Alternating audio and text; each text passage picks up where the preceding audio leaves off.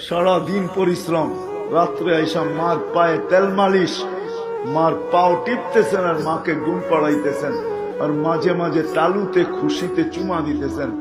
মা কাইপা বলতেছে, সাফি, সাফি রহমতুল্লাহ, সাফি আমার পায়ের তালুতে চুমা।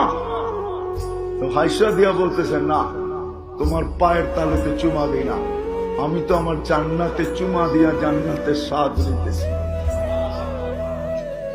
তাইলে সন্তান মায়ের পায়ে চুমা দিয়া রাত্রে বলতো, মা আমি জান্নাতের স্বাদ নিতেছি।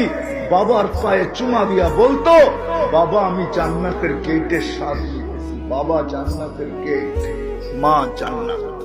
বলো আমাদেরকে জিজ্ঞাসা করে।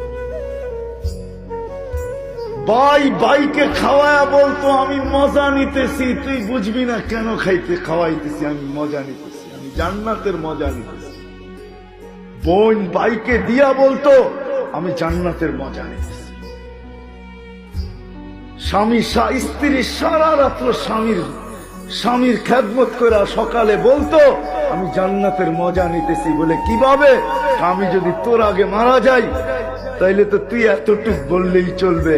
স্বামী যদি হাত উঠায় বলে, মালিক আমি রাজি, মালিক মালিক মালিক আমি রাজি, আমি হাদিস দিতেছি, ওলামা আছে, আইয়ুমা ইমরাআতিন মাতাত ওয়া যাওজুহা আনহা রাদি দাখালাল জান্নাহ। যে স্বামী স্ত্রী মারা গেল, স্বামী হাত উঠায় বলল, মালিক আমি রাজি, আল্লাহ বলে আমিও রাজি, চল জান্নাত। তুই রাজি তো আমিও রাজি।